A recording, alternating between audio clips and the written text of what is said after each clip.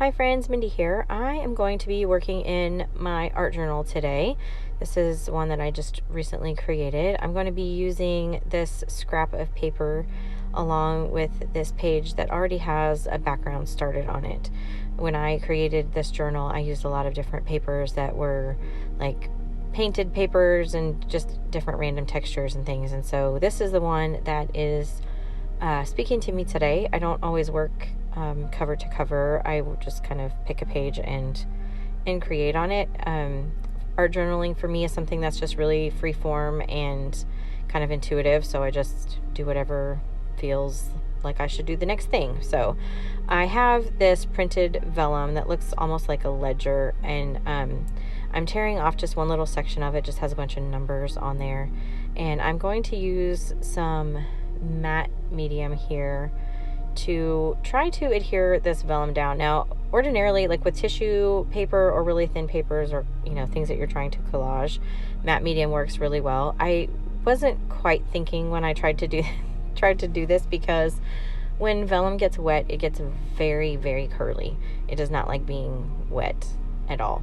And so I'm going to be struggling to get this down just a little bit, but I was determined at this point. So it can be done. It wrinkles up a little bit, and so you have to kind of get some of the wrinkles out. I don't mind the wrinkles. I don't mind the texture. I actually really like it. It's one of the things that I like about having that extra texture. The page that I'm working on is actually like deli paper, and so having this vellum on there is just another texture.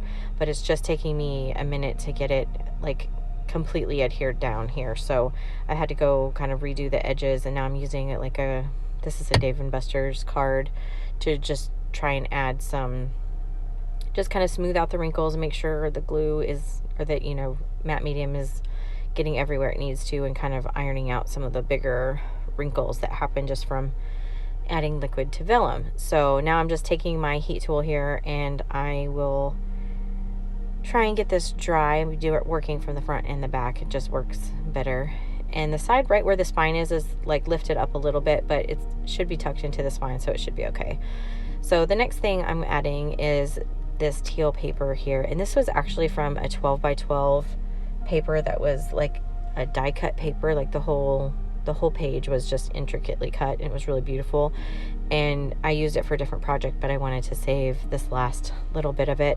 Works perfect for a little art journal thing like this, just to add some texture and some interest down here at the bottom. And then I'm just taking the matte medium and I'm covering the whole entire page, because I'm not sure what all is on this deli paper, all of the different kinds of medium. So I just want to make sure that everything is kind of sealed down so that nothing bleeds through or whatever with all the other layers that I will be adding. So you'll see me here drying it again, adding some more matte medium, just kind of using this little card to kind of mash everything down so that it will stick.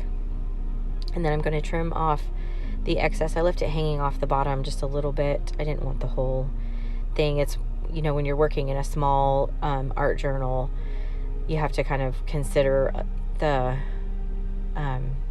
size of things a little bit in a different way than if you were working on a big sheet of paper. Scale is just a little bit different, and it can be challenging, but it can also be fun to work with. So that's actually why I created a journal this small. So now I want to do some stenciling. So I got out a very fancy paint palette here and some of my stencils. I'm going to kind of flip through some of them. Again, I'm not really sure which ones I want to use, but I came across this number stencil, and since I had the numbers in the background, I decided I would go ahead and add some more. But this is kind of like a reverse, because it's really going to be more like a mask than an actual stencil, because you're going to get you're actually putting color in the negative space, if that makes sense.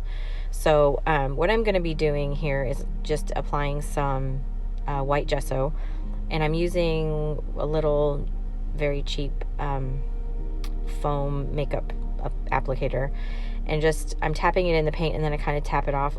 When you're working with acrylic paint and a stencil, less is more. So if you want to get a really crisp image, you need to not have very much paint on your paintbrush, or on your whatever you're using, your makeup brush or whatever, because otherwise it will kind of seep underneath the stencil. So, and you won't get as clear of an image. So I'm making sure that when I am applying this, I'm going right up over that paper that I added down to at the bottom, and that will just kind of push that layer back and make everything seem more cohesive. And at this point I realized I had really covered up a lot of that vellum, and more than I had intended to when I started stenciling. So that's the good thing about having applied a layer of matte medium over everything, is you have a little bit of wiggle room. So I'm just taking a baby wipe in here, and I'm just wiping up some of the gesso that I had put down so that you can still see some of that vellum through the back side of it.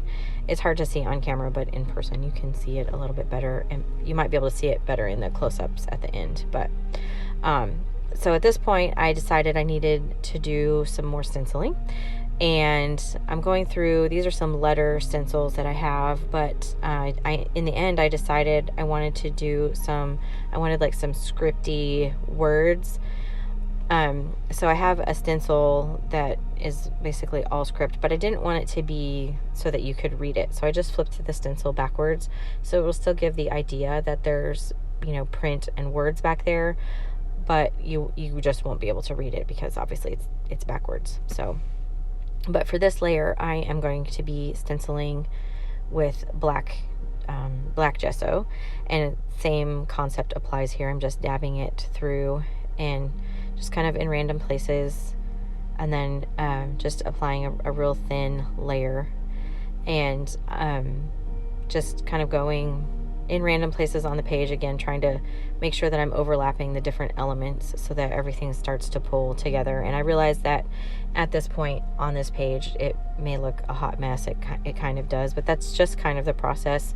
Art journaling for me is really just, you know, trying things and seeing what happens, and sometimes I love the results, and sometimes I, you know, wish I had done something different or whatever. It's about the time, just playing with paint and just having fun and just kind of testing, like, what would happen if I did this or that or whatever. And then down here at the bottom, I actually went off the stencil and I got a little black on there. You could see like the line of the stencil. So what I did to kind of cover up that little error is I just added some black throughout around the stencil. And then I'm just taking this baby wipe on this other page, and I am kind of cleaning the stencil.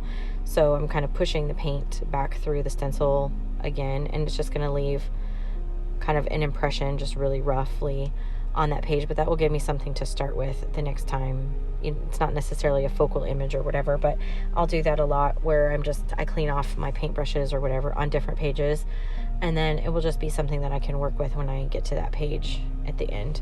And here I have a label that I made, and I'm going to use it at some point, but I just really needed to make more of a focal area, I think, for it. So what I've decided to do is I lost kind of some of that color of that teal, so I want to pull some of that back. So I'm going to get another stencil, and I'm going to follow the same little process here with my makeup applicator and this stencil. Now this stencil is really kind of a fine stencil, and I had way too much paint, you'll see, on my makeup sponge here, and so I don't get a really clear impression of the stencil.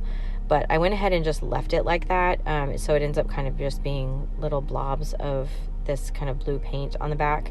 But I'm only just doing it in a couple little areas, and so I just left it. You can kind of see the stenciling through it, but really not all that much, and that's fine. I just wanted another little pop of color. And so whenever you're art journaling, and every layer that you add on top kind of pushes the layers beneath it kind of back to the background, and so that's going to leave a way for me to create a focal image here. And so I have this paper. This is just red cardstock that I had used on my like scan and cut or whatever, and I cut out a bunch of hearts for a project that I had done. And then at one point I used the negative part of this for a stencil, and then now I just have like this little piece of fodder basically. And so I'm going to take, I really like the bottom part here where there's that white paint and the kind of splotchiness of it, and so I really want to add some of that, but I need to tear off some of the excess. I'm just kind of tearing it down. I'm just kind of deciding how many of these hearts and how much of this area that I want to add I didn't want to kind of cut the page in half by applying it all the way across or anything like that. So I'm just going to use some liquid adhesive here, and I'm just applying it to a few areas in this, few rows of hearts, and it'll just kind of tuck that up in the top right hand corner. And that is just going to kind of create, so you have all those layers that I created before kind of peeking through the hearts. And then I'm just going to cut off the edge and cut off the excess of this, and then I don't know, save it for another project, or I don't know. I just never know. I save a lot of these kinds of things whenever I am creating other projects, because sometimes they end up in art journals or as backgrounds or whatever. So had a little section there that needed some more glue just to hold it down. And the reason I didn't use matte medium on this particular thing is sometimes cardstocks like this, the red, the color can kind of leach out, and I didn't want that to happen. So I just went ahead and decided to use some liquid adhesive, and it should be fine. And the part that I had torn off that had that white paint on it, I'm just using down here. This is actually going to house my little sentiment, so it's going to say "Be Still," and "Be Still" is like my word for 2021, and so whenever it keeps kind of popping up in different places, so I decided I wanted to include it here in my art journal as well. And one of the ways I'm trying to make this kind of feel like it's part of the page instead of like it's something that I just glued on top of everything else. So I have gone back into my white gesso, and I'm just kind of adding a little bit more paint from the red paper onto the background, and that just kind of creates the illusion that everything is like very cohesive, even though it's really just paper that I glued on top. It just kind of helps everything blend together. And now I'm coming back through with my credit card here and some teal paint, just adding another layer on top. And that's really, for me, what art journaling is. Mixed media work like this is really just kind of adding layers, and you might add a bunch of layers and you might end up totally covering them up through the whole process.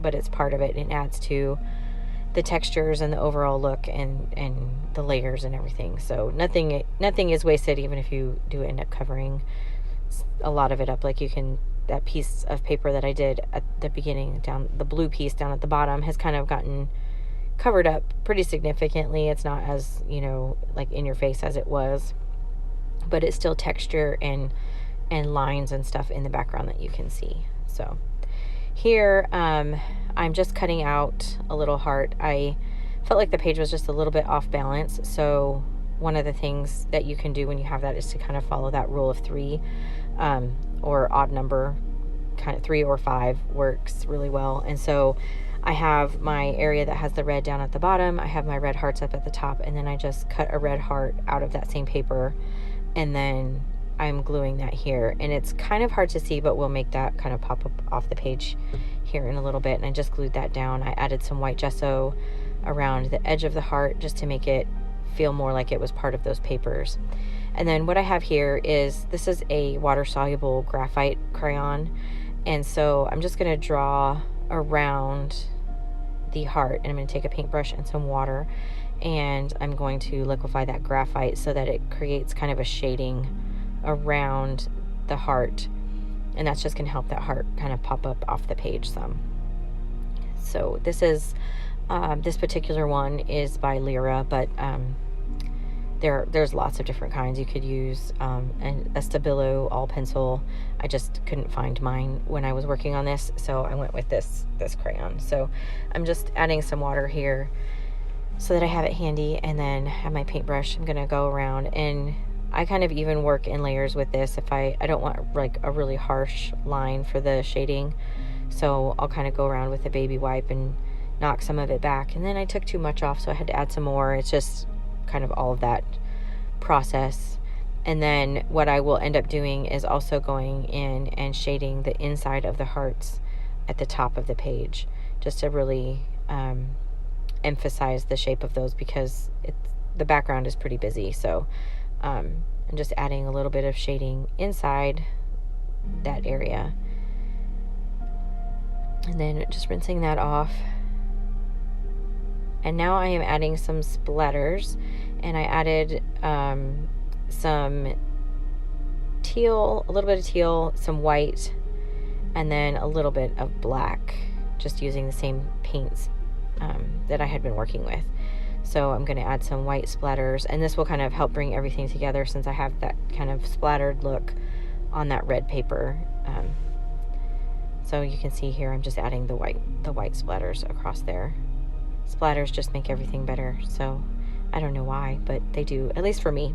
So now I'm just taking my heat tool and drying that up really well before I put this embossed label. I have a Dymo embossing label maker, and so I just typed out "be still" on that, and that's what I'm going to be adding here on this little red section. And I'm kind of bending it back and forth. You see me kind of doing that because when you do that, it adds like a faint white to it. It kind of distresses it almost, so that's just not like solid black and then, you know, white. So anyway, that is my page. I hope you enjoyed this. If you did, I would appreciate it if you gave it a thumbs up and subscribe to my channel if you haven't already. And until next time, bye bye.